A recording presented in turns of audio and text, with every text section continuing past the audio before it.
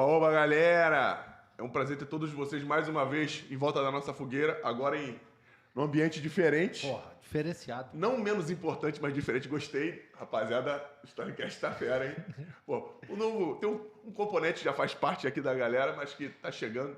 Tá se chegando bem, né? Nosso querido Marcelo Xavier. Agradecer pelo todo o movimento que o Marcelo fez pra gente estar aqui hoje. Eu fico muito feliz em poder receber esse nosso convidado, que foi meu professor. Você pode não acreditar, mas eu estudei pra caramba. Não tinha nota, melhor ainda. Ah, não? Só absorvia o conteúdo, você não precisa ser testado, você é testado no mercado de trabalho. Isso é mais legal ainda. E para você que está aqui e não me conhece, eu sou o Fernandão, capitão do Storycast. E eu, Anselmo Paiva, tenente do podcast. Todo feliz, todo contente. Sempre. Cabeludo. Galera, a gente tem o prazer hoje, sem delongas, porque a gente está com o horário certinho, a gente está atrapalhando o trabalho de um cara que tem tem uma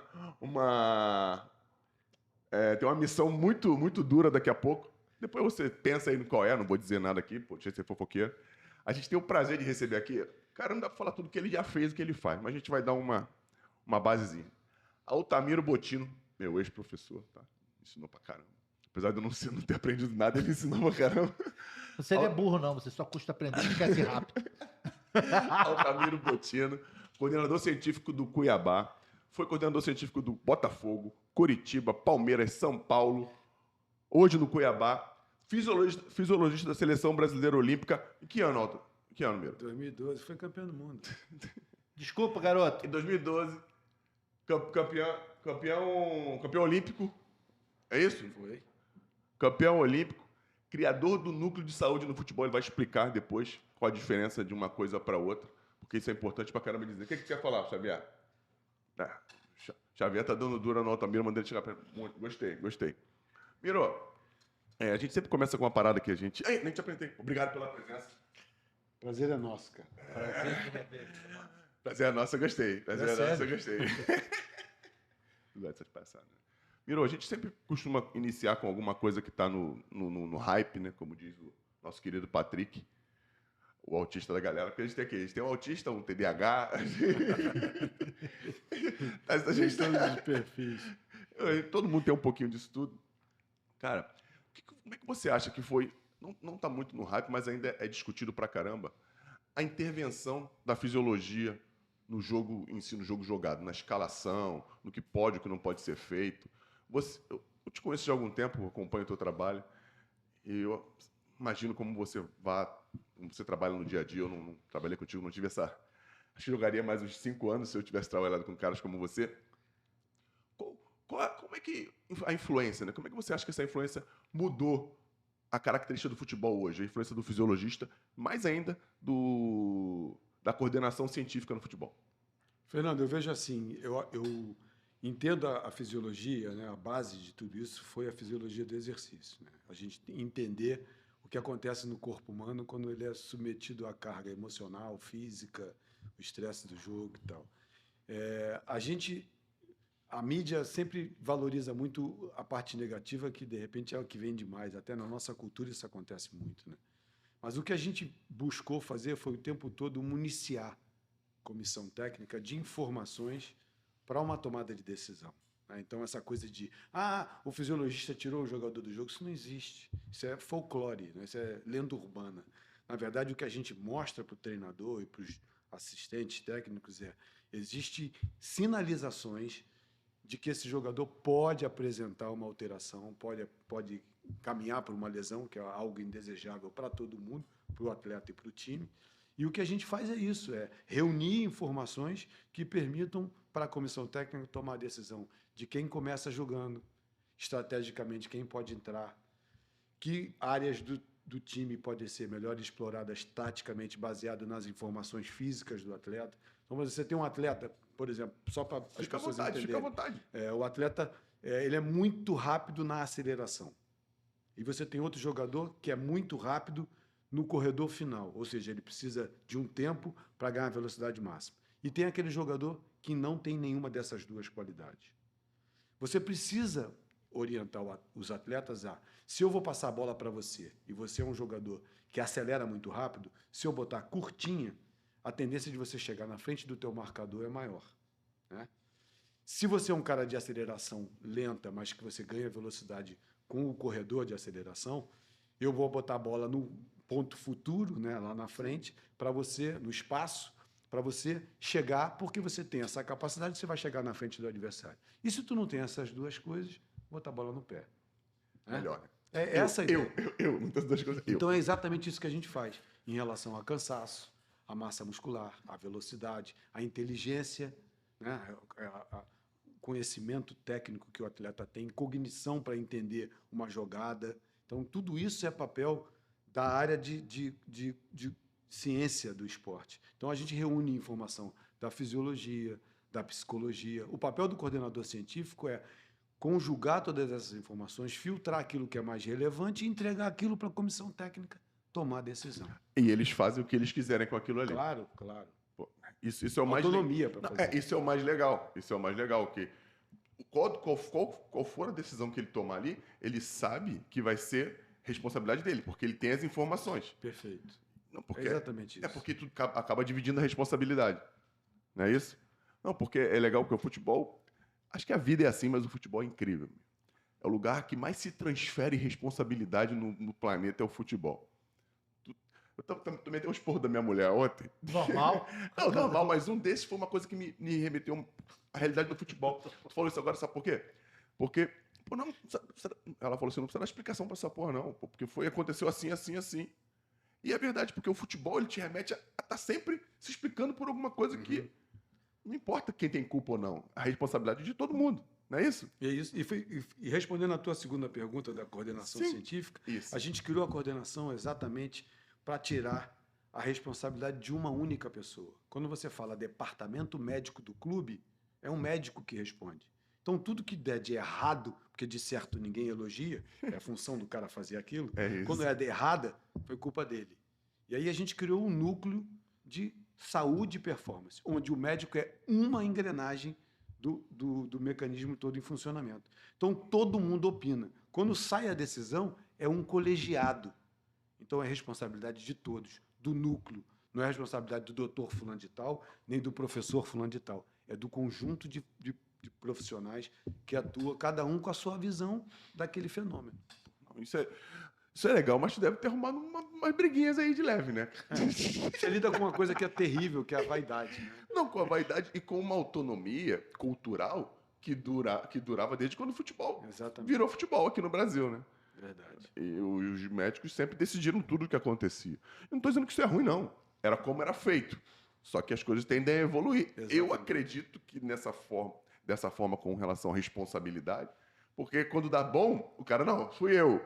É isso. Isso aí. E quando dá ruim, fomos nós. E ele não perdeu a autoridade. Né? As decisões médicas continuam sendo do médico. Mas por que as decisões psicológicas têm que ser de outra pessoa, senão do psicólogo do esporte? Concordo. É só dividir responsabilidade. Concordo. Todo mundo participa. Todo mundo tem voz, se sente valorizado e, a partir disso, entrega mais. Verdade. E para a galera entender, quem é que faz parte dessa coordenação científica ou de saúde? Então, na verdade, o meu papel é um papel mais conceitual do que pessoal. Né? Na verdade, é uma entidade, a coordenação científica é uma entidade que promove só a interseção entre as áreas e a construção de um conteúdo, de um conhecimento para uso coletivo. Sim. E quem faz parte ali? A fisiologia... O dentista, no caso, o odontólogo do esporte, o psicólogo do esporte, o nutricionista do esporte, o médico do esporte, o fisioterapeuta do esporte, o preparador físico, analista de desempenho, é uma galera enorme por trás dessa estrutura. Quem? Podólogo também, massagista. Veja bem, quando você começa a dar voz, ainda há pouco eu estava falando ali na porta com o nosso massagista. Por que esse cara não tem voz? Cara, ele é o único sujeito dentro de uma comissão técnica que lê braille, em braille, né? Porque ele lê com as mãos, ele enxerga com as mãos. Então, ele, ao fazer a massagem no atleta, ele fala, pô, esse cara, na hora que eu mexi na panturrilha direita, ele chiou. Pô, um dado extremamente relevante para a gente usar. Porque o atleta não vai falar isso publicamente. Não, ainda mais se ele quiser jogar jogo importante como o de hoje. Jogo de hoje. Você acha que o cara vai falar? Não. Mas o massagista consegue ler isso. E consegue falar, ó, hoje eu senti o cara diferente. Aí a gente faz uma imagem termográfica, que é um scanner de calor, e analisa aquela panturrilha de uma maneira diferente, porque a gente já tem uma sinalização que é útil para a gente investigar. Sim. O médico já examina na contração para ver se o cara responde direito. Então, é um mundo de informação que a gente passa, que a gente discute, que acaba sendo importante para todo mundo usar aquela informação na tomada de decisão. Além da confiança que o atleta tem nesses caras. Exato. Eu fui atleta e, o cara que tá sempre com o jogador é o roupeiro, é o massagista, sempre trocando ideia. Quando a coisa é mais informal, é mais leve, tu acaba falando mais coisas. É quase um confessionário. É quase um confessionário, é verdade. O próprio fisioterapeuta, que são caras que tem que ter um pouco mais de voz, porque, fisioterapeuta, a gente tá falando aqui, não vamos sair daqui. Porque eu trabalhei com o Evaristo algumas vezes. O Evaristo não deixava o fisioterapeuta entrar no campo. Ele tá rindo. Esse cara tá fazendo o que aqui? Não, manda ele lá pra dentro. Aqui quem trabalha sou eu.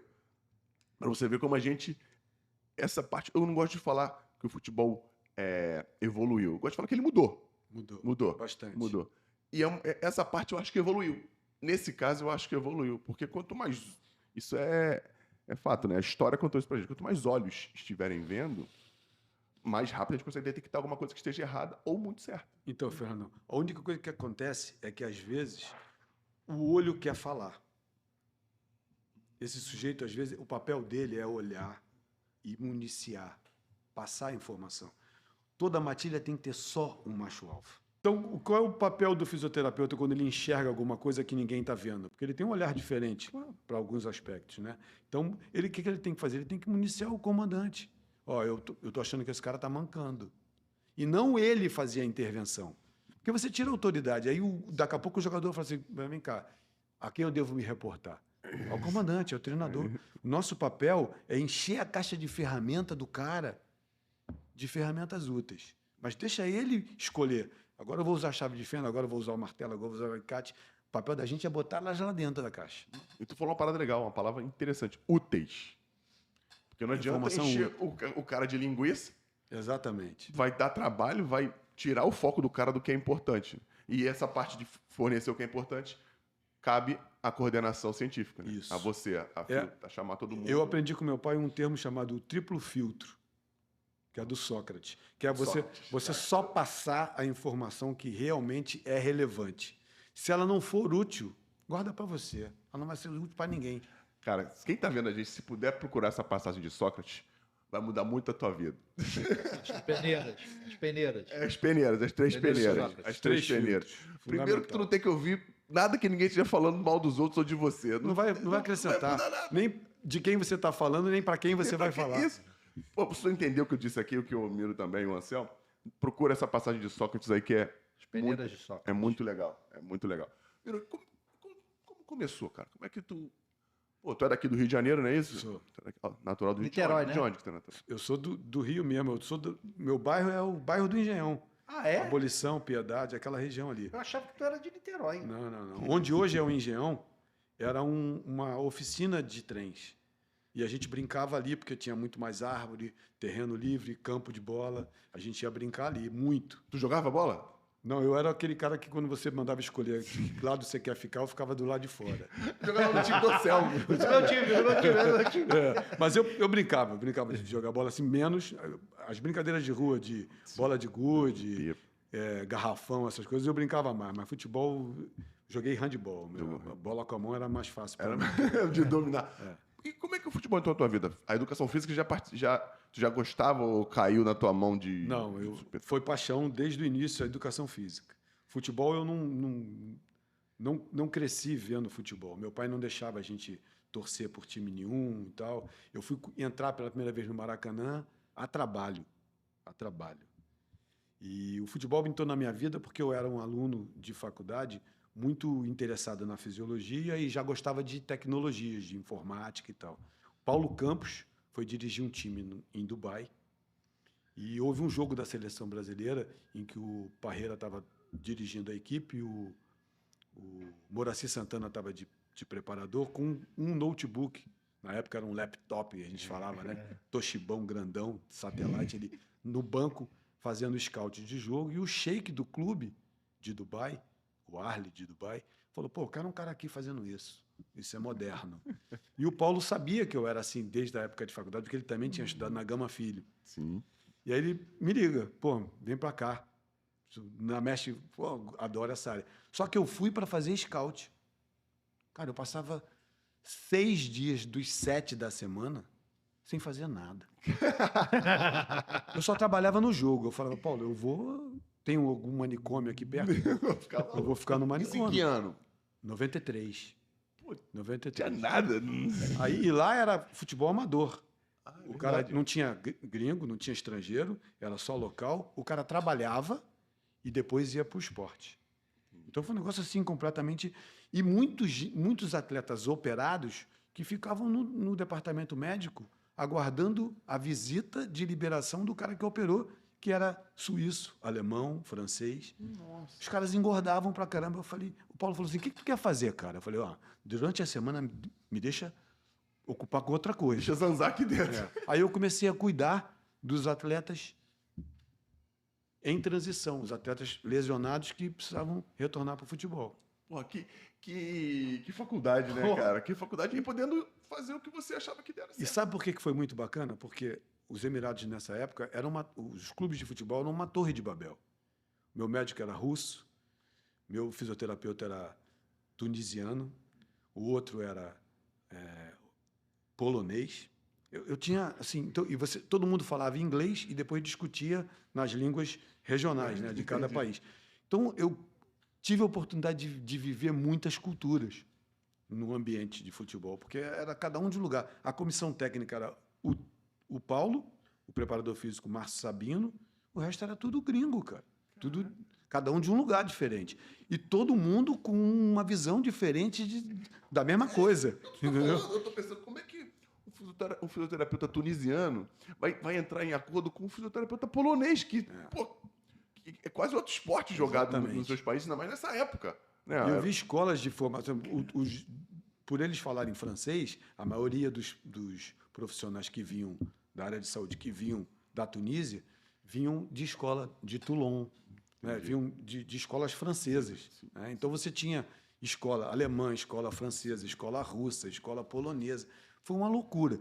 E de cada uma dessas, eu acabei tirando alguma coisa interessante.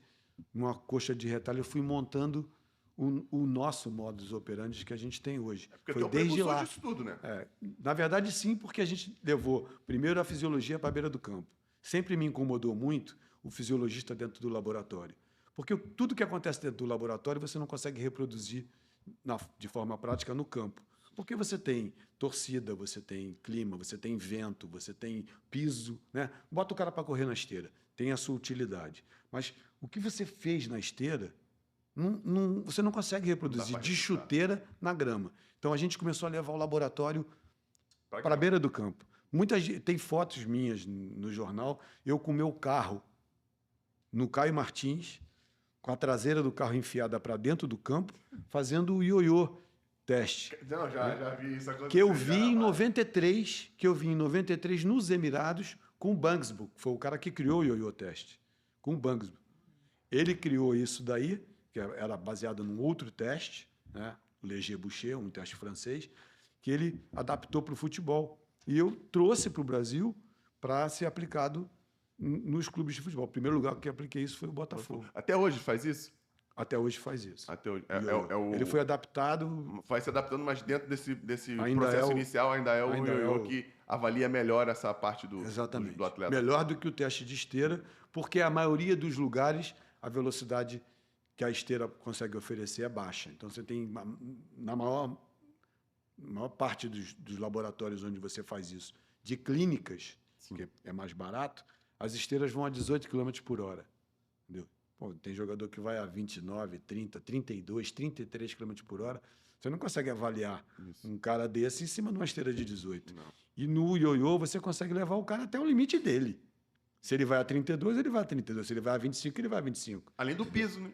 E o piso ser adequado com a chuteira, que é o material isso que ele vai utilizar. Acabou de corroborar o que você falou antes. Com relação... Tu não consegue fazer na esteira. Que a especificidade, né, Fernando? A gente tem que respeitar isso. E se você não respeitar isso daí, você tende a errar mais. Caraca. Você voltou de lá, a tua grande experiência inicial foi no Botafogo. A primeira foi no Fluminense. Foi no Fluminense. Aí, né? Renato jogador. Renato, Ricardo Rocha. Que é isso? Foi no Botafogo. Foi no Só- Fluminense. O time jogava bem, tinha que cuidar desse. A fisiologia deve ter tido um trabalho do caramba com esses E o maior desafio foi o Renato, que o Renato, na época, tinha acabado de operar o joelho, por causa de uma minissectomia que ele fez 11 anos antes, que acabou permitindo que os ossos, o fêmur e a tíbia, se tocassem. Ele fez Explica uma pra lesão. galera, o que é uma minissectomia? É a retirada parcial ou total do menisco, Do menisco. que é um amortecedor dentro da articulação Eu do também não joelho. sabia, não. Mas a gente fala, operou o menisco, mas que era minissectomia. Sabia, Iberê? Pô, tá bom. Ele foi o primeiro desafio. Eu já cheguei tendo que trabalhar com ele. Como tinha sido essa a minha maior experiência nos Emirados, 3 anos e meio, eu trouxe isso como uma experiência útil para ajudar o Renato a E conseguiu? performar. Sim, porque o que existia de prático na época era uma cirurgia para colocar uma prótese no joelho ou você fazer algo invasivo na cartilagem, você furar a cartilagem, provocar um sangramento e uma nova formação óssea. Só que ninguém sabia o que isso ia fazer num atleta. O que tinha de follow-up em pessoas era em pessoas comuns. O próprio criador do método dizia, eu não sei o que acontece num atleta porque eu nunca operei um. Já operei bancário, juiz, médico, mas nunca operei um atleta de futebol. E aí, como ele tinha pouco tempo de carreira à frente, a gente preferiu prepará-lo para lidar com aquela alteração que ele tinha, aquela lesão, e continuar jogando até encerrar a carreira. Conseguiu? Conseguiu. Ficou até mais uns 2 anos. Uma pergunta que está na minha cabeça aqui. A fisiologia não apareceu do nada. Ela já existia. Porque no futebol ela chegou, acho que devagar, mas ela chegou de repente, né? Apareceu de repente no futebol. A gente começou a ouvir a palavra fisiologista. Que eu me lembre, eu só fui ouvir essa palavra. O Paulo Figueiredo, ele era o quê? Um dos precursores. O Paulo Da era fisiologia. fisiologista mesmo. Ele foi um dos primeiros. Ele e Gerson Madureira no Flamengo Sim. fizeram muitas experiências interessantes e que, basicamente, eles abriram o terreno, né, abriram a estrada para o que tem de pavimentado hoje. Se eles não tivessem aberto a estrada, cortado o capim na frente para poder fazer a máquina passar e jogar asfalto... Não tinha acontecido. Ele, o Renato Lotufo no Corinthians, o Ben Schmidt no São Paulo lá atrás, o Emerson Silame no Cruzeiro, são pessoas que, sim, foram precursoras disso tudo. A gente pegou isso já bem adiantado e realmente a gente fez uma série de adaptações a partir disso também. E começou com os caras lá atrás e vocês ainda estão tomando pancada até hoje. Né? Até hoje. Até hoje, porque o Paulo fazia teste ergométrico na gente, fazia aquele teste do... Ergospirometria. Isso, de força. Cara, isso O isocinético. Isocinético, 98, 97, a gente era... Enfim, para que a galera que acha que é muita coisa, que é muito recente, mas porque a fisiologia tinha vivido antes, que era nada, pô, muita coisa aconteceu de lá para cá. Aconteceu bastante. Em implementação das tecnologias, aproximação do laboratório do campo, isso foi outra coisa assim. Hoje você vê o K5, por exemplo, você faz o teste ergospirométrico dentro de campo, com o equipamento, a máscara e o equipamento como se fosse uma mochila. Sim. Então, assim, imagina. Não. É o mesmo teste com o mesmo rigor científico, só que dentro de campo. Eu tô rindo do Evaristo vendo um negócio desse. Um beijo pro Evaristo, pô, um cara incrível, um treinador que me ajudou pra caramba.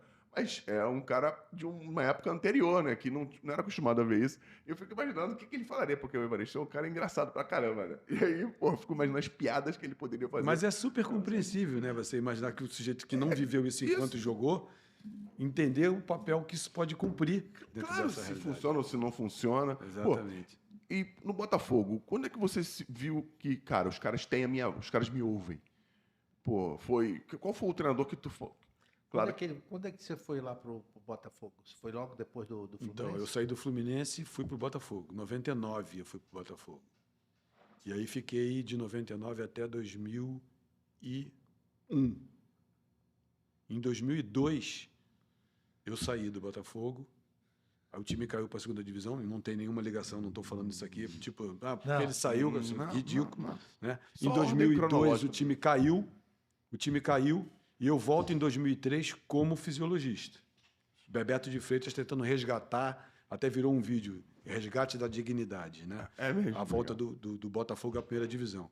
E aconteceu uma coisa curiosa, eu era fisiologista, quando foi em março, Levi Cooper era o treinador, quando chega em março, o Carlinhos Neves recebe uma proposta para voltar para o São Paulo com Rojas, primeira vez como técnico. Sim, sim. O São Paulo entendia que o Rojas precisava ter um âncora para dar sustentação nele dentro de campo. E aí chamam o Carlinhos Neves de volta. E o Carlinhos me dá a primeira oportunidade de atuar como preparador, ou seja, de eu ter que botar na prática tudo aquilo que eu pregava como sendo o correto. E ele diz para o Levi e para o Bebeto que não tinha que trazer ninguém, que eu, como fisiologista, conseguiria acumular as duas funções. Só subiam 2 naquela época. Sim. Subiu Palmeiras e Botafogo. E brigaram até o fim ali para ver quem final. ia ser campeão. E aí eu fiz a fisiologia e a preparação física em todo o ano de 2003, quando o time subiu para a primeira divisão.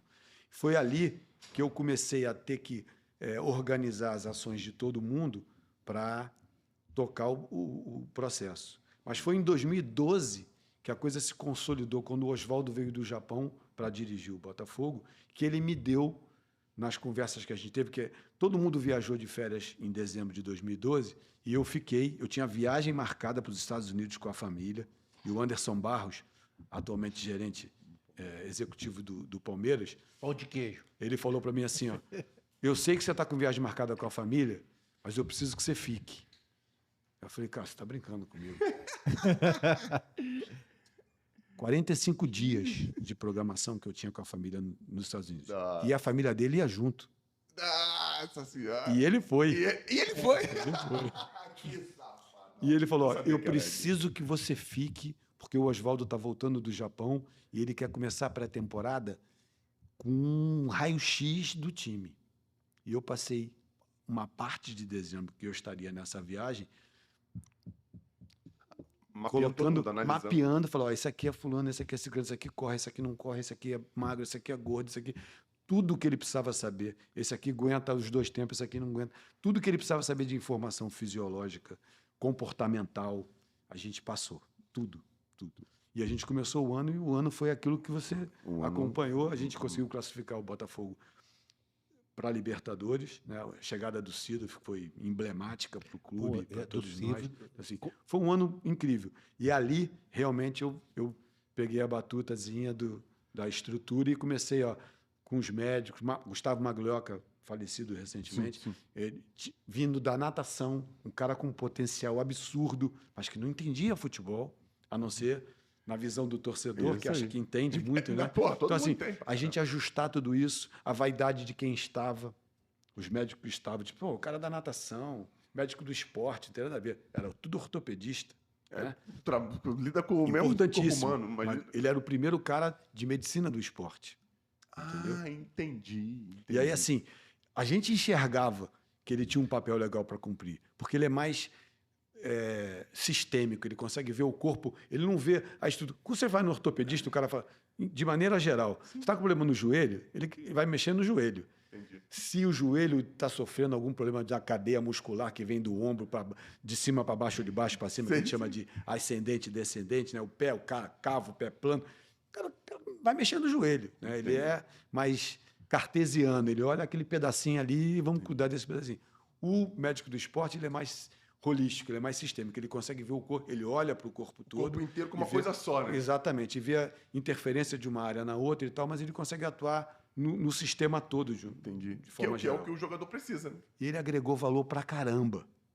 E ele ficou tão apaixonado que ele volta para São Paulo e abre a Care Club, que é um centro de excelência para atletas, e cria a Footcare, e vai para dentro do Palmeiras com a Footcare, que é a Care Club voltada para o futebol. E aí eu vou para o Palmeiras com o Oswaldo e puxo ele da base para o profissional para atuar com a gente. A gente toca aí a história do Palmeiras, que você também conhece, de 15 para frente. Quando as coisas acontecem, é jogar cordinha, né?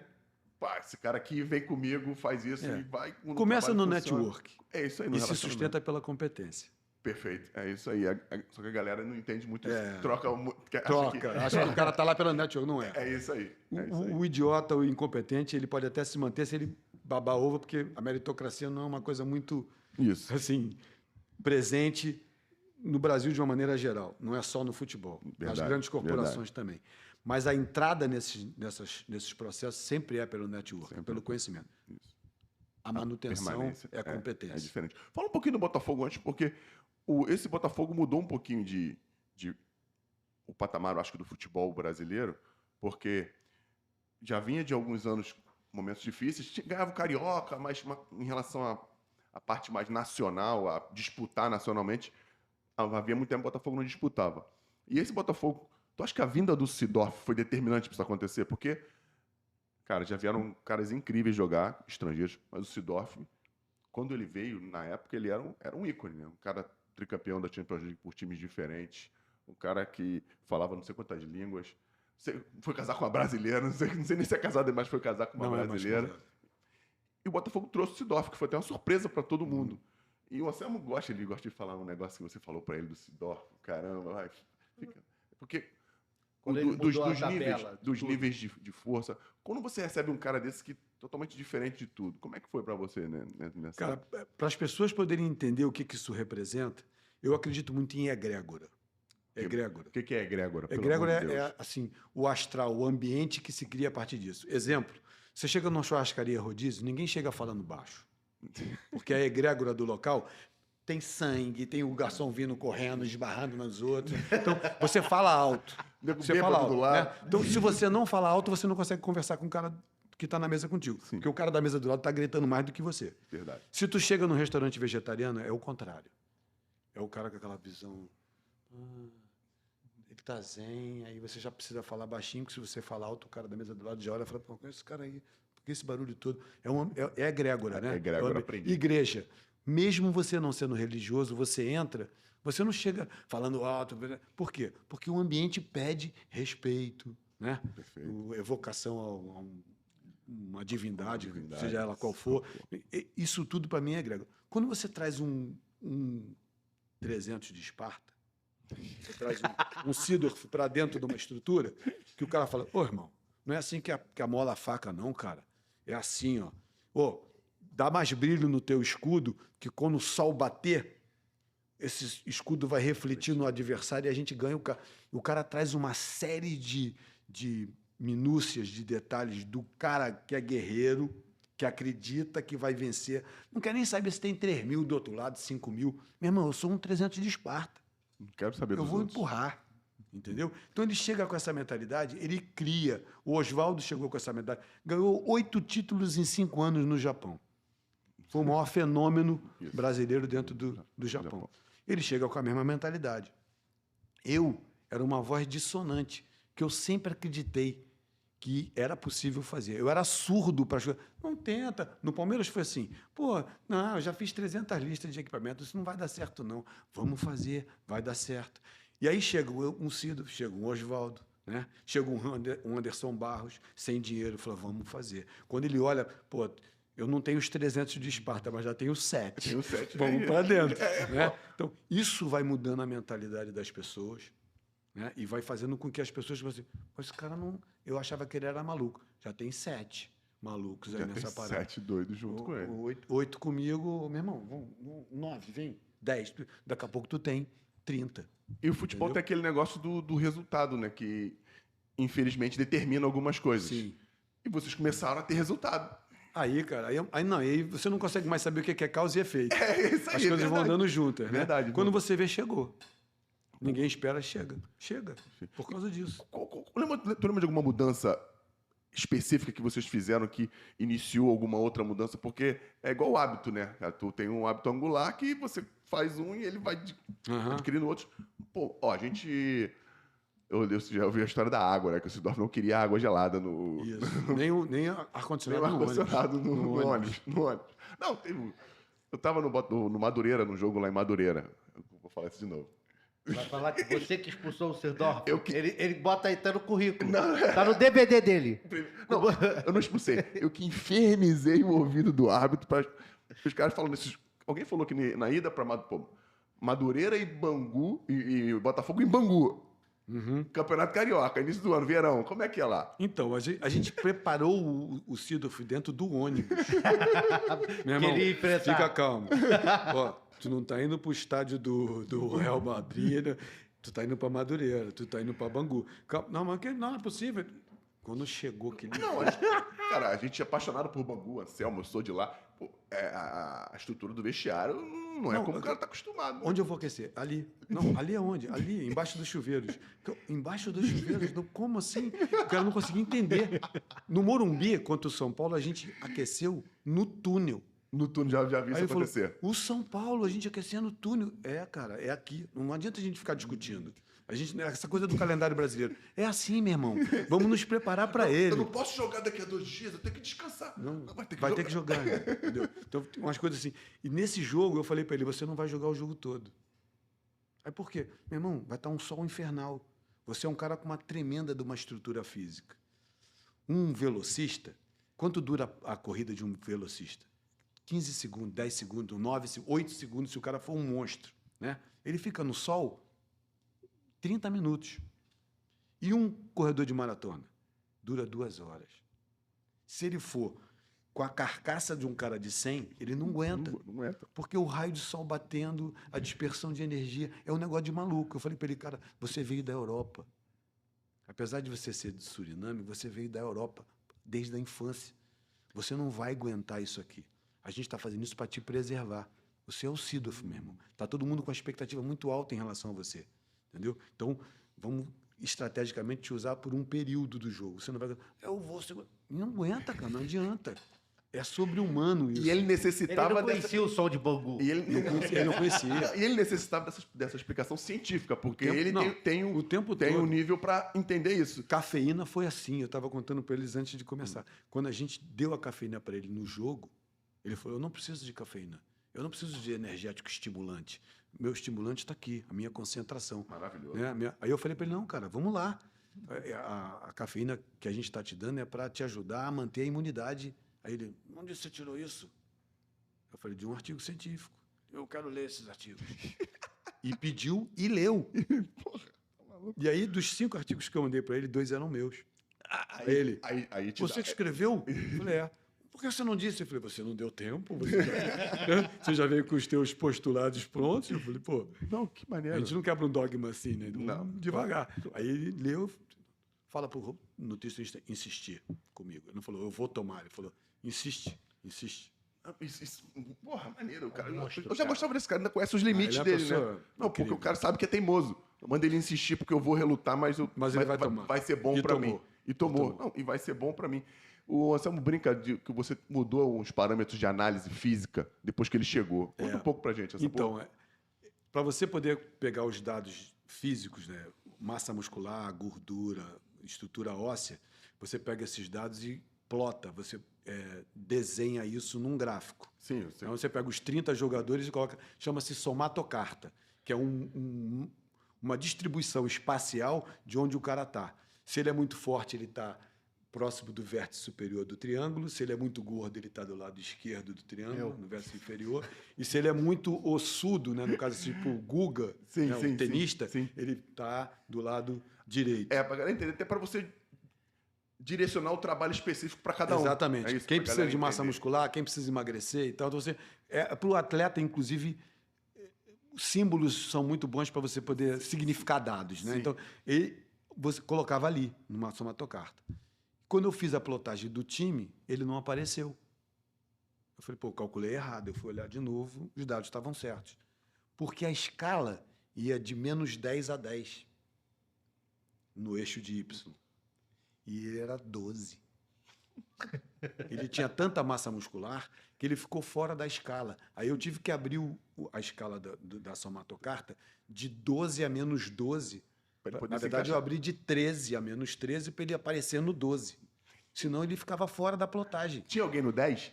Não, ninguém. Não, o mais próximo dele era o Júnior César, com vamos dizer, para os 12 dele, era 6 ou 7. Era uma aberração. Física. Tinha um cara antes dele que fez isso, mas quando ele chegou, ele já não estava. Foi o Márcio, que foi para a Rússia. Era do Atlético Paranaense. Márcio Azevedo. Também era. Muito forte fisicamente. Mas não como ele, equilibrado em membros inferiores e membros superiores. Entendi. Ele era muito desproporcional, assim, do grupo, porque ele era muito forte. Você fazia um churrasco com um quadrado lombar dele. O cara era um monstro, um monstro. E aí acaba... Claro que o cara precisa ter talento, precisa ter um emocional forte, precisa querer fazer. Mas isso acaba facilitando a execução de movimentos que um cara que não tem essa força física não consegue. Não, tanto é que quando a gente fez a genética do grupo, ele tinha os 4 genes para performar. O único atleta até hoje que eu medi de Curitiba, Botafogo, Palmeiras, São Paulo, Cuiabá. O único atleta que contemplou os 4 genes que a gente testou foi o Seedorf, até hoje. Não é por acaso. Claro, vários se perdem por falta de oportunidade, por falta de estímulo. É isso aí, bom. Mas ele tinha os 4 e aproveitou. Quer dizer que não quer dizer que não existe esse tipo de pessoa. Existe. Mas às vezes se perde. Aqui no Brasil se perde pra caramba. Muito, né? Por falta de incentivo no esporte. Muito. Mas ele tinha os 4 e usava bem os 4. Porque isso deve ter feito uma mudança incrível no teu trabalho, na forma como você analisar o teu trabalho. Foi. Ele ajudou, porque ele colocou um sarrafo que a gente passou. É possível. Esse cara faz, é possível fazer. É possível fazer. A gente não pode querer isso de todo mundo, mas a gente já sabe que isso pode ser uma meta estabelecida. Alguém já fez. O teu trabalho pode ser direcionado para chegar lá, não é mais para só chegar até aqui, já pode aumentar. E assim é subir o Himalaia. Se todo mundo morreu tentando, vai ter alguém que vai tentar fazer. E quando alguém consegue, você fala, bom, se esse cara conseguiu, outros vão conseguir. Isso ajuda a gente. Não, claro. A dar direção. Acaba fazendo o teu trabalho evoluir como evoluiu até hoje. Exatamente. Porque isso tem 10 anos. Isso. É isso? Foi 13. Hoje, você não encontrou outro igual, mas conseguiram caras que já chegaram mais do que o Juninho, mais do que 6. Exatamente. Não é isso? Exatamente. E você consegue planejar para alcançar. Né? E começa a buscar mais gente assim. Né? Eu preciso ter mais pessoas assim, como aconteceu o lance da egrégora que eu te falei. Com um eu não vou fazer, mas com 4, 5, eu não sei quantos são necessários. Tem até uma fábula também que fala sobre isso. O 100º macaco. Quantas pessoas são necessárias para alguma coisa se implantar? A moda é assim. A moda. Você vê um cara de amarelo, tu não valoriza. Você vê 2 caras de amarelo, você vê 7 pessoas de amarelo, você fala, vou comprar uma roupa amarela. Amarelo está na moda. Né? Alguma coisa vai te empurrar naquela direção. E com a internet hoje isso fica um pouco mais Acontece fácil. mais ainda. Alguém mandou um vídeo para mim. Alguém daqui, eu estava no grupo do Instagram, que foi a Selma que mandou falou que era uma plantação de telefones. Tá. Que mandou para mim. Fazenda, uma plantação. Vai ter centenas de celulares tocando a mesma música. Você vai fazer o quê? Com que aquela música faça sucesso, repetidamente. Aquela música vai ter mais de 1 milhão de visualizações no YouTube. Com toda certeza. E essa música faz sucesso e o cara vai ganhar dinheiro pra caramba. E isso pode ser feito. Pode ser feito. Olha que loucura como a tecnologia muda. Vamos falar de uma parada aqui que eu não sei se... Como é que foi pra você na época? Como é que foi a parada do doping do Dodô? Cara, é um assunto legal, apesar de ser muito antigo, né? Sim. É legal porque essa semana a gente teve 2 casos. O Manuel do Fluminense e um jogador do Atlético Paranaense, pegos com a mesma substância, ostarina. Foi o Moledo do Internacional. Do Internacional. Do Internacional. Eu falei... Ostarina? Ostarina. Ostarina. Que é um esteroide, né? Assim, ajuda a aumentar a massa muscular, para a gente ficar numa linguagem fácil para todo mundo. Eles foram pegos nessa substância. Nós tivemos o caso, por exemplo, do Daniel, no Santos, com uma outra substância, genamira. Que também é para a mesma coisa? Não. Essa tem uma outra finalidade e foi descoberto depois que foi por causa de um suco de fruta de conde. Nossa Senhora! Nós temos o caso do Alexandre no Palmeiras, que foi usando um produto para queda de cabelo, que metabolizado no fígado gerou um metabólito parecido com... E tem como se provar isso? Tem como se provar isso quando você está bem assessorado. Né? O Daniel e o Alexandre foram assessorados por um talvez o maior nome, talvez não, com certeza, atualmente o maior nome da bioquímica brasileira, que é o Luiz Cameron, Sim. professor Cameron. Ele conseguiu, apesar de ele ter sido ridicularizado no tribunal brasileiro, que aqui acontece uma coisa muito louca, e aí cai no caso do Dodô.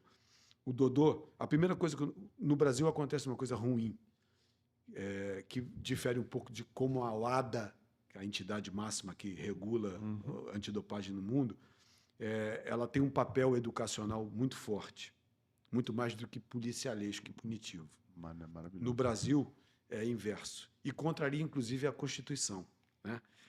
Na Constituição está escrito que todas as pessoas são inocentes até que se provem que ela é culpada. E aí a gente tem as instâncias. A gente tem o exemplo do presidente da República. Isso. Passou por várias, foi punido e, de repente, anulou-se tudo. Sim. O cara tem que esgotar isso. No Brasil, a ABCD está tentando mudar, melhorou um pouco. O que é a ABCD? A Fala pra ABCD galera é a saber. entidade que regula e controla as avaliações De doping. antidoping. Vamos lá. É a Associação Brasileira de Controle de dopagem. Controle de Doping. Isso. ABCD. Isso aí. Essa entidade está mudando, ela está ganhando mais o papel que ela deve cumprir, que é de educar o atleta para não cair nessa situação. Mas ela passou muito tempo com um papel muito policialesco e punitivo. Muito julgador, né? Antes de investigador, não é isso? A princípio é assim, o cara é culpado até que prove inocência. É o contrário, da Constituição. da Constituição. O cara é culpado e ele é que tem que provar que é É inocente. cultural daqui do Brasil. Exatamente. É cultural, acaba se estendendo. E com o Dodô aconteceu isso com o Alexandre, aconteceu isso com o Daniel e com todos os outros que tiveram e que vão acontecer ainda. O Dodô foi pego com uma substância, Femproporex, que quando você olha crime, vamos olhar crime, o que motiva um crime? O que fez esse cara cometer esse crime? Boa. O Dodô nunca, no período dele de Botafogo e antes de Botafogo, teve problema com peso. Sempre foi um cara com comportamento atlético, Isso. dedicado, empenhado e tal. Qual a justificativa que o cara teria para fazer uso de uma substância que gera emagrecimento, queima de gordura, entre aspas, se ele não tem esse problema? Ele não precisa disso. O agente motivador desaparece. Não existe. Então, o que a entidade tem que fazer? Pô, se ele não é... A gente entregou essa documentação. Esse cara sempre teve 10%. Na época era 11, 11,5% que a gente queria. O cara tinha 10, 9%. Hoje é quanto? Hoje varia de clube Varia para de clube. clube pra Né? clube. Tem até clube que não encara isso como encara isso sendo como- uma prioridade. Né? Pra você, quanto que é? Eu não Também não vejo. faz Para isso. mim é o seguinte, se o cara desempenha, né? Se ele puder desempenhar mais, com menos gordura, legal. Mas isso não é determinante para o sucesso do atleta. Não vejo assim. O Almir foi um exemplo disso. Um jogador Bududo. teu, né? O cara jogava com 16% de gordura e o maluco que dissesse para ele que tinha que estar com 12% ia perder um centroavante que faz gol pra cacete. Não, eu conheci Faz um monte parte. de E o PC, de né? linguarudo que usava isso como bengala. Então. E no caso do Dodô, ele não tinha uma motivação para cometer o crime. Né? Então, aí você já esgota uma. Ó, não tem razão para o cara fazer isso. Então, vamos pensar na segunda possibilidade. Contaminação cruzada. Onde você compra os teus produtos, Isso. de repente, está com uma substância que não era para estar ali. Né? Acidental ou intencional. Intencional. Essa é a segunda possibilidade. Isso aí. E a terceira, um erro de medida, que raramente acontece na história do controle de antidopagem, nunca aconteceu. Da contraprova, da diferente da prova. da prova. Enfim, tudo levava a crer que tinha sido um acidente, né? Como da Morren, né? A magia. Magi. Morre que foi usando uma pomada depois de uma depilação. Cara, ela queria só não deixar os pelos, né, arrancados ali inflamar. Não tinha nenhuma intenção além dessa. O Dodô não tinha nenhuma razão para fazer isso. O Femproporex, por exemplo, ele causa tremores de extremidade como efeito colateral. Qual a lógica de um cara que bate com um refinamento, né? A plástica de movimento que ele tem, bate falta pra cacete, quer a extremidade tremendo. Não faz o menor sentido. Né? E o que foi achado nele foi um traço da substância, porque o antidoping, o controle antidopagem, ele faz um teste qualitativo. Um nanograma da substância dá positivo. Eu não sabia. Não é quantitativo, não é pela quantidade. Não é a quantidade que pode ter algum resultado performático Não, ou não. não. É pela qualidade, pela presença da substância. Então, quando você olha um traço da substância, não vai fazer efeito nenhum na vida do atleta. Então, isso tudo levava a gente a dizer, pô, o cara... Mas isso vai aqui ser absorvido, pô. Tem que ser absorvido. Foi tentado isso, né? Aí as investigações levaram para que o laboratório cometeu um erro, houve uma contaminação cruzada nas amostras que foram testadas. O laboratório que fazia a cafeína para nós também fazia Femproporex para algumas clínicas de emagrecimento. Conheço bem. Provavelmente, o que aconteceu? A placa de Petri, que é um pedaço de blindex onde o cara manipula e coloca dentro da cápsula, por isso farmácia de manipulação, Isso. o cara pode ter mexido no Femproporex pela manhã, não pegou a placa e levou para o autoclave para fazer a esterilização, limpeza e tal, deixou a placa ali, o cara olha, nanograma, ele não vai conseguir ver, o cara da tarde, Sim. aí ele joga a cafeína ali em cima e começa a preencher as cápsulas. Ficou uma poeira do Femproporex pela manhã, E o Dodô foi que premiado. contaminou. A gente pegou as amostras seguintes, não achou nada, e nem nos vidros que a gente tinha daquele mesmo lote, tinha também. Então, foi realmente um acidente. O que aconteceu? O atleta é responsável por aquilo que ele consome. Acidental, intencional, não tem valor nenhum. Que absurdo. Ele paga o preço, né? E paga preventivamente. Arouca foi suspenso e depois provou inocência. Alexandre foi suspenso. E como é que fica a vida desse cara? Isso que eu ia falar. Né? Família, filho, escola. Por que um monte de cara que comete algum tipo de crime, seja ele qual for, muitos deles respondem em liberdade? Aqui não. No futebol, No antidoping não é assim. No futebol, o antidoping não aceita. Não Mesmo aceita. que o cara seja examinado, depois ele não tenha nenhum resquício daquela substância nele. Na defesa do Dodô, Olha que loucura. na defesa do Dodô, tinha um cara julgando que morava no meu prédio, em Niterói. Perigosíssimo. Você precisava ouvir o discurso dele.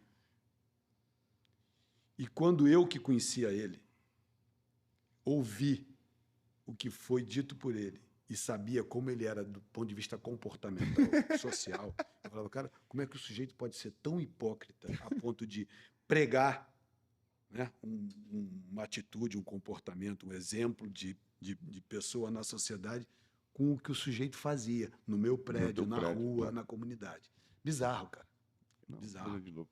E ele acabou pagando um preço muito alto por uma E coisa. o que Dodô ele ficou não tem- suspenso. Não, ele foi suspenso. Foi suspenso um o mó período tempão. todo. Ele não O foi. período todo. O período todo. O período todo. Como é que Difícil lidar com isso. Isso foi. Você lembra que ano foi isso? 2007, Cuca era o treinador. A gente estava viajando para jogar contra o Goiás quando a gente recebeu a notícia. Não, e o Dodô vivendo um momento espetacular. Não, e aí aquelas Não, teorias das o Iberê falando, a galera não tá ouvindo o Iberê falar, ele falou, a gente estava liderando o campeonato. Exatamente. Não, então, inclusive, aí por conta dessas teorias de conspiração, surgiu a hipótese que o jogo onde ele caiu no doping foi em São Januário. Nossa Senhora. E o cara que trabalhava no controle antidopagem era vascaíno, Não. reconhecidamente. Não, os caras contaminados. Aquelas coisas que também são... E o Botafogo deu uma sapatada no Vasco. Foi. E, de fato, o médico era vascaíno, eu conheço. Sim. Cheguei a me relacionar com ele profissionalmente num ambiente de trabalho. E aquelas coisas assim que são, A teoria da conspiração. são plausíveis, né? Mas Maluco. Não, coisa de realmente criatividade do brasileiro de juntar uma coisa com outra para dizer, isso aqui foi... Foi o Rico que puxou essa denúncia. Sim, eu sei que foi. E aí, tipo, ele falou assim, pô, a performance dele contra o Vasco, pô, foi inacreditável. Só poderia Verdade. Essa possibilidade, ela não pode ser descartada. Ela tem que fazer parte do processo investigativo. Isso. Mas ela se perde, porque o controle é rigoroso, né? Para você burlar isso, você tem que envolver muita gente. Foi, de fato, um acidente de percurso. E quem pagou o preço do acidente foi o jogador. Quando deveria ser o laboratório, ele deveria ter, inclusive, acionado na justiça o laboratório e ser indenizado por isso, se é que a indenização, sob qualquer valor, Pagaria. tem a capacidade de pagar o que Não o cara tem. passou. Não tem. Tem. Primeiro Não que tem. o tempo não tem como pegar ele de volta. Mas foi um... Não. Eu lamentei muito porque você assiste como você está da janela vendo um estupro e você não consegue fazer nada porque foge do teu controle. Tirar o título do Botafogo Tirou o Dodô do Botafogo. Tirou o Dodô e o Botafogo do trilho. Essa é a verdade.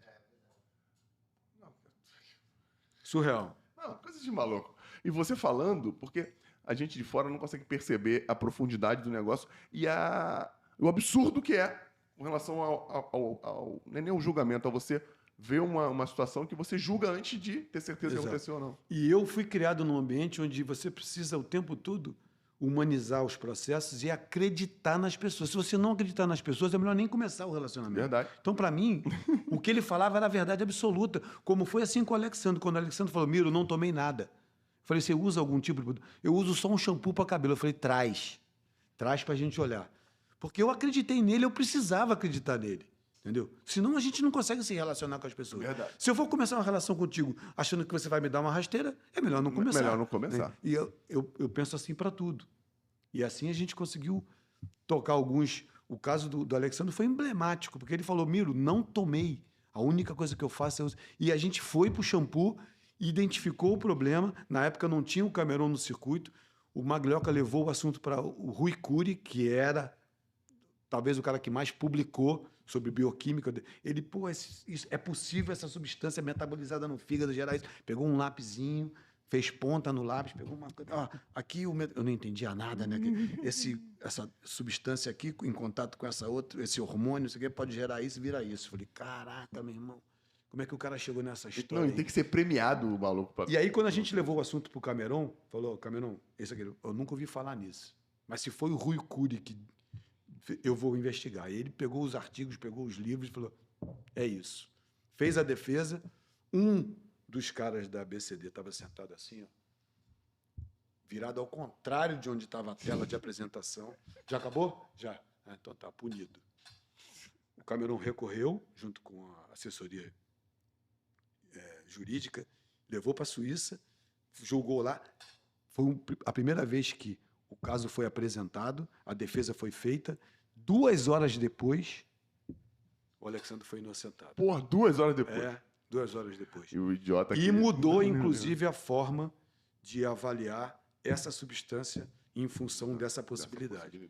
Como aconteceu com a higienamida agora com o Daniel. Também orientação para que os clubes evitem usar fruta de conde, ata, né? Essas frutas que contêm essa substância e que podem apresentar um problema para o atleta. Eu, na época, estava no São Paulo. E eu falei para o nutricionista, ó, Tira a fruta de tira. Ficava em cima da fruteira, assim, para o atleta passar, pegar e levar para o quarto para comer. Não, pelo amor de Deus. Eu escutava com os Jogos Sul-Americanos um pãozinho que tinha Semente de papoula. papoula. Entendeu? Isso pegou algumas pessoas. Pegou na época no Rodrigo Souto. Pegou o Zete, Rodrigo eu acho. Souto. Pegou o Zete, goleiro. Pegou, É verdade, pegou uma galera. é verdade. Pegou uma galera. Miro, Pãozinho. tem uma resenha Delicioso. do Botafogo. Não sei se isso causou a tua saída do Botafogo. Um papo que você teve com os jogadores. Cara, esse assunto é legal porque ele precisa ser contextualizado. Né? Viralizou. Para mim foi muito interessante. Eu não sabia que estava sendo filmado. Eu fui me despedir por conta de um problema que vinha acontecendo de forma recorrente dentro do clube, envolvendo o CEO. E isso não foi a público. Isso foi em que ano? 2021. 2021. Ah, 2021. Ontem. O Durcésio ganha as eleições no final de 2020 e fala para mim, quero você com a gente de volta, porque ele era um dos caras que ajudava o Bebeto em 2003. E ficou na cabeça dele aquela campanha maravilhosa e falou, quero você de volta. Ele achava que, levando os soldados daquela época, a guerra ficava mais bem acessível, assim, mas né? eu fiquei lisonjeado com a oportunidade. Ele falou, eu quero você comigo no meu primeiro dia de mandato. Eu falei, eu vou antes, se precisar eu vou antes. E vim para o Rio e comecei a trabalhar no Botafogo antes do mandato, já interagindo com as pessoas, com os médicos, fisioterapeutas e tal, para a gente começar 2021, porque estava fechando, tinha sido pós-pandemia, né? Estava fechando a situação do campeonato. Eu não adianta, eu vou esperar o dia 2 de janeiro para começar, burocraticamente, com tanto problema que a gente tinha para resolver. É verdade. E eu fui para o Botafogo. Começamos um trabalho bem interessante, até que eu recebi a notícia de que o clube estava contratando um CEO.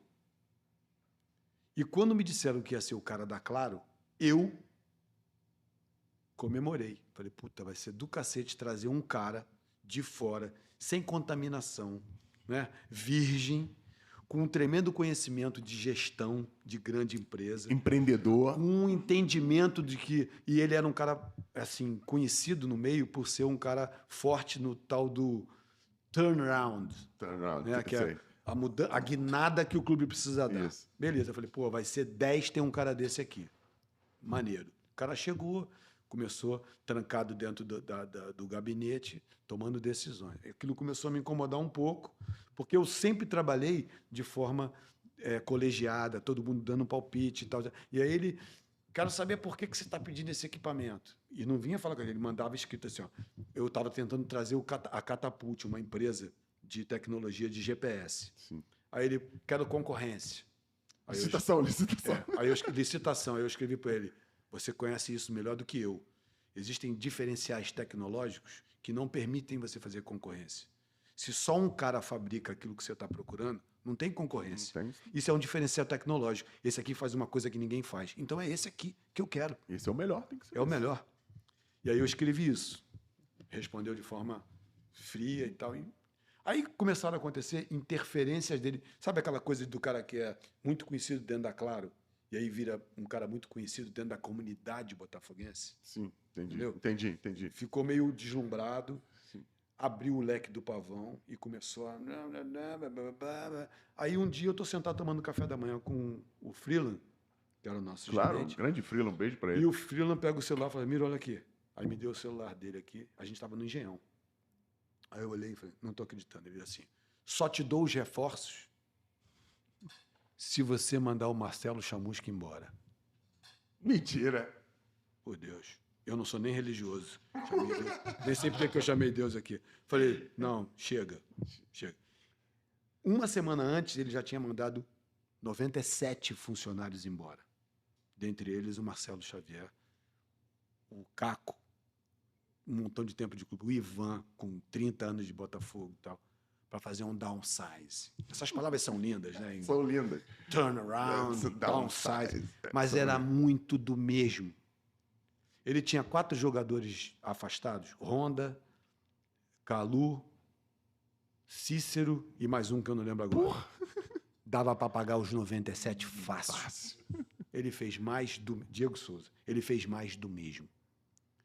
Pergunta se alguém recebeu indenização até hoje. O Botafogo não tem nada a ver com isso. Foi uma decisão arbitrária de um sujeito. Eu falei, cara, que absurdo. E eu ia ter que subir para negociar com o cara piso, equipamentos de musculação, ar-condicionado. Eu falei, cara, eu não vou ter condição nenhuma de estômago para lidar com um cara que faz um negócio desse. Manda 97 embora, não indeniza ninguém, manda ir para a justiça, né? E quando ele poderia ter resolvido com 4 jogadores, o Calu e o Honda dava a conta fácil dos 97. Verdade. Fácil. Falei, pô, vai ser difícil. Aí quando ele manda essa de mandar o Marcelo Chamusca embora, começou a frequentar vestiário, entrava no intervalo e tal. Eu falei, ih, vai ficar ruim de lidar com esse cara.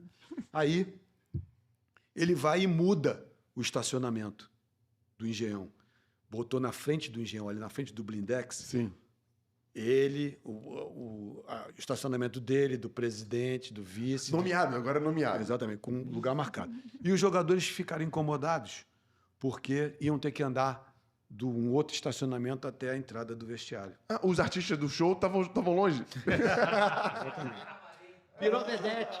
O palco estava longe do artista. Exatamente. Do show. Ah. Aí quando ele mandou esse negócio pro Freeland, dizendo que só dava os reforços se o Freeland mandasse o Chamusca embora, falei, para mim deu.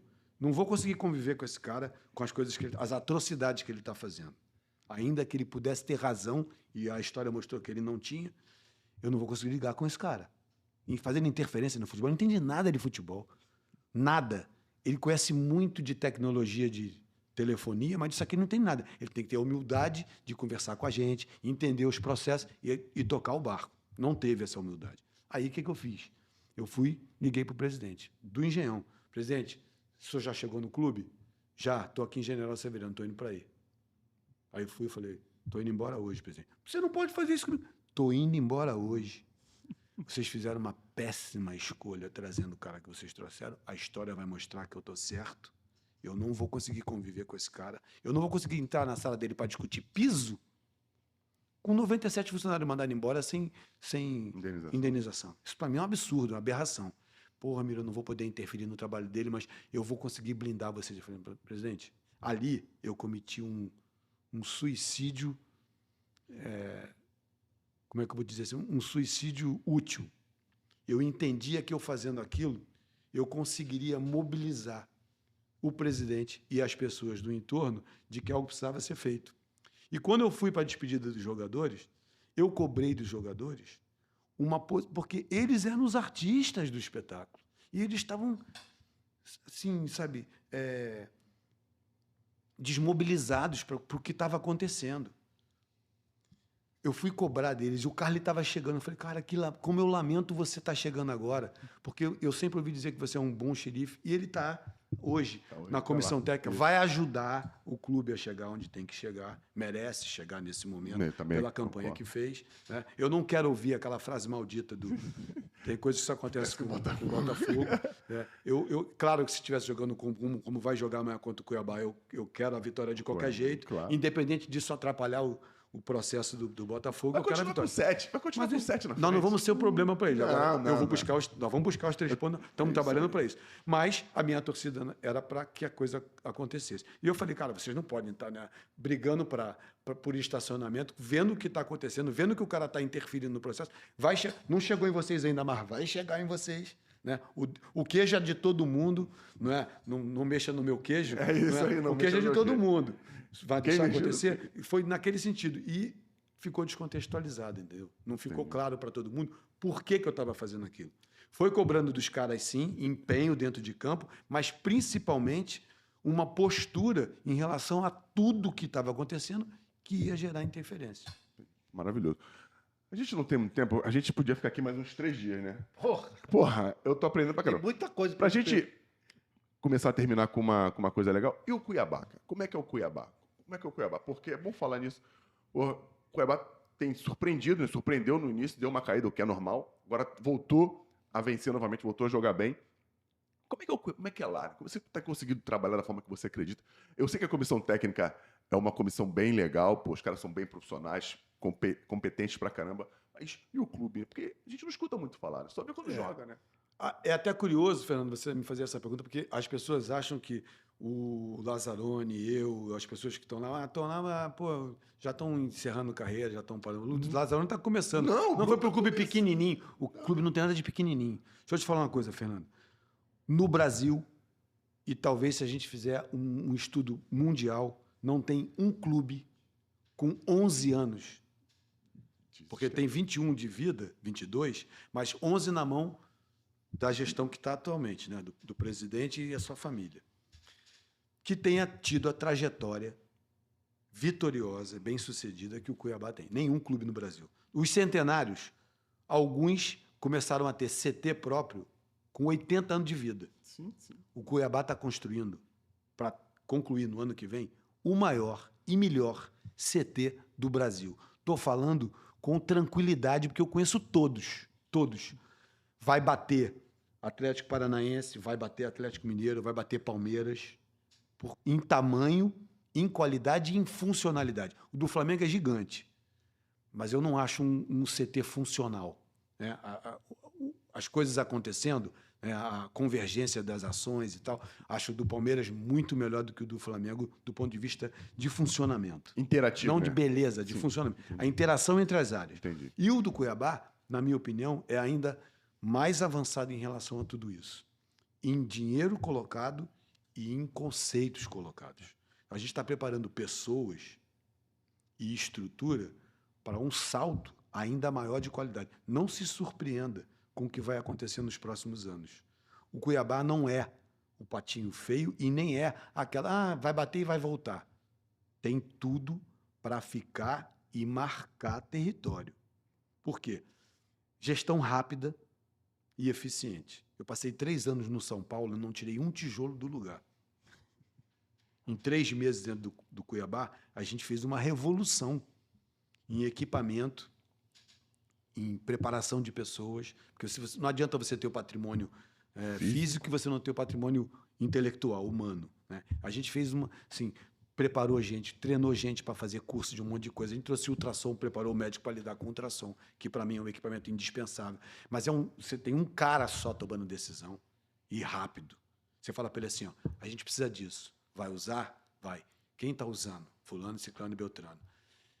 Não vai ficar parado dentro do armário, não. Ele não quer saber o valor. Não quer saber o valor. Ele quer saber se tem valor. Não quer saber o preço. Não quer saber preço. Quer saber se tem valor. Tem valor? Manda buscar. E aí ele começa a te cobrar. Já está usando? A gente comprou o equipamento há pouco tempo na Austrália. E o equipamento ficou preso na alfândega por burocracia. Meu irmão, ele ligava todo dia. O equipamento já chegou? Tu já ligou para os caras? Para saber se está pronto? O que está faltando de documento? Tem que botar um despachante? Eu boto o despachante. Enquanto o equipamento não chegou no clube, ele não parou de... Ele ligava todo dia. Mas é um cara que não vai roubar o clube. O CT está em 50 milhões até agora. 50. E vai passar. Os 50 milhões estão transformados em estrutura. Não foi para o bolso do vice, nem para o diretor, Entendi. nem para o conselheiro. Porque os clubes de futebol no Brasil hoje não tem conselho, tem palpites. O conselheiro dá boas ideias. O palpiteiro chuta qualquer coisa. O que os clubes têm, com raras exceções, são palpiteiros. Gente que está fora, que não vê o processo, que olha pelo buraco da fechadura e quer entender a casa toda, não tem condição de fazer se não estiver no dia a dia. Ele está no dia a dia, ele acompanha tudo, todos os processos passam por ele, está centralizado, tem que estar centralizado nesse momento, para depois descentralizar, quando você começa a ganhar confiança das áreas, o Cuiabá vai incomodar e vai ser, na minha opinião, um modelo muito bem sucedido que precisa ser repetido por outras entidades. Legal. O Cuiabá não é SAF.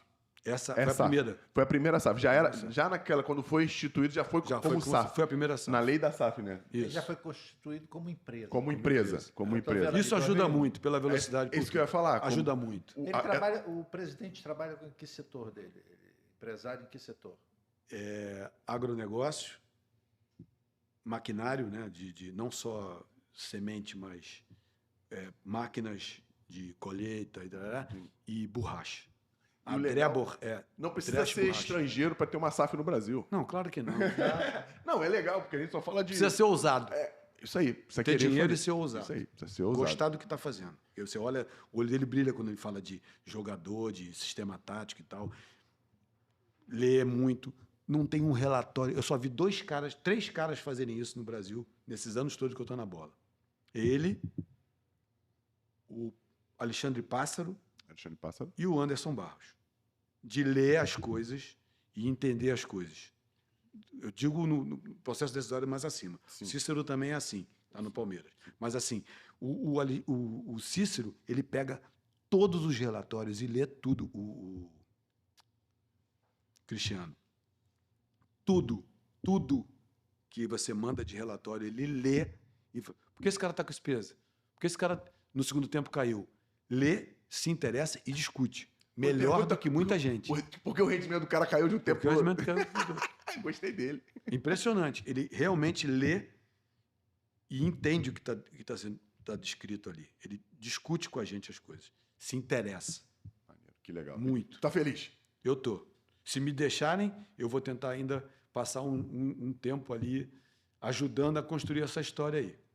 Agora que o Cuiabá vai começar a colher os frutos da SAF, né? Porque até então ele era uma empresa, mas ele era tributado como uma empresa também. Sim. E a SAF traz o tributo de clube associativo, né? E ainda agregou, você tem razão quanto a isso, e ainda agregou agora como clube formador.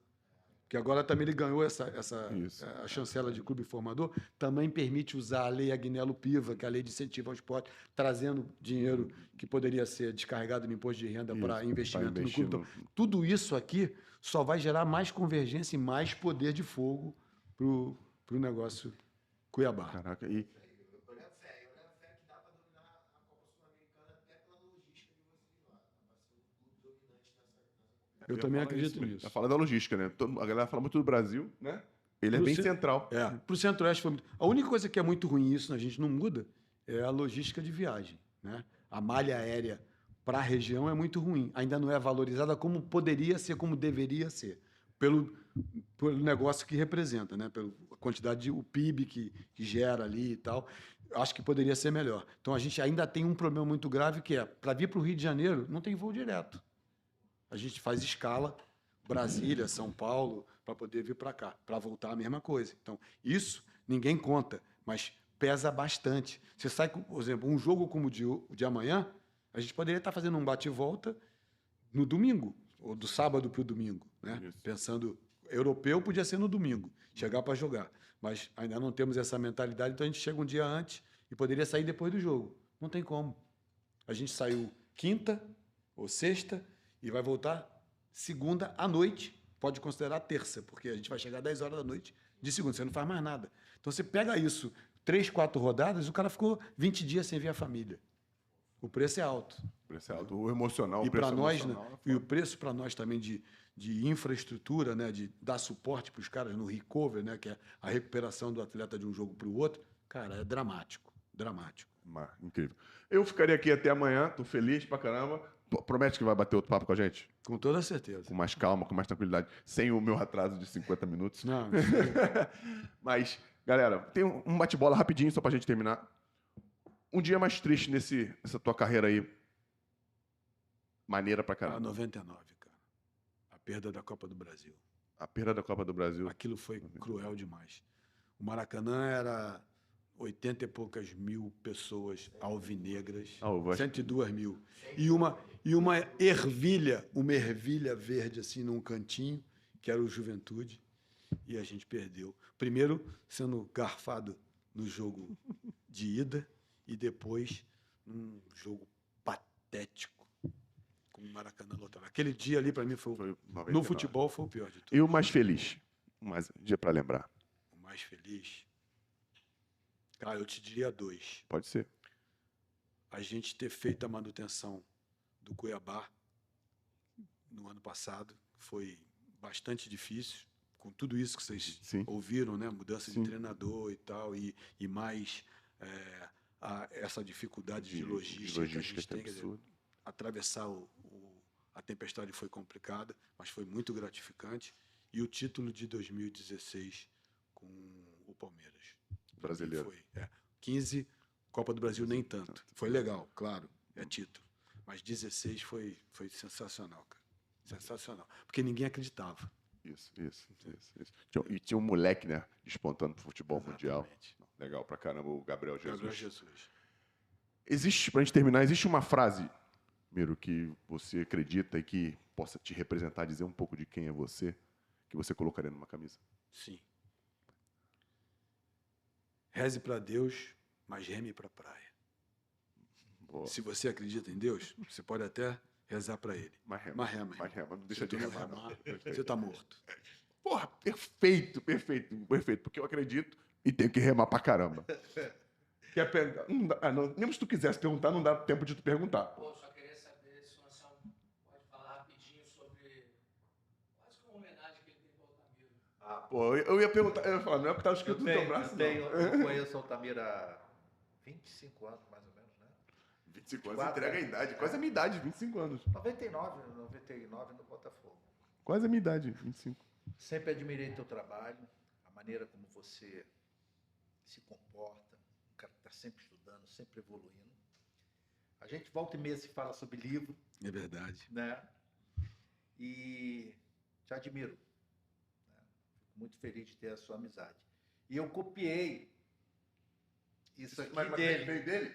Veio dele, olha ali, ó. Não, eu sei que tem, pô. Olha lá. Eu perguntei isso pra ele na aula. Foi dele que eu copiei. Em 2014, tu vai lembrar disso? Eu falei, professor, isso escrito no seu braço é o que eu tô pensando? Ele deu risada, eu vendo a aula, ele tá em pé com o braço aqui gesticulando. Eu falei, cara, um cara com essa... Você é ok fazer isso. Você é muito entendo. O que você tá querendo dizer com isso? Mas, porra, aí demonstra muito é mais mantra, ainda do que quem você é, entendeu? Eu Isso é fiquei feliz, mantra. pô. Aí eu falei, perguntei, professor, isso é assim, eu tava num momento difícil da minha vida, até me contou o que aconteceu, e foi bom que me relaxou. Isso mesmo.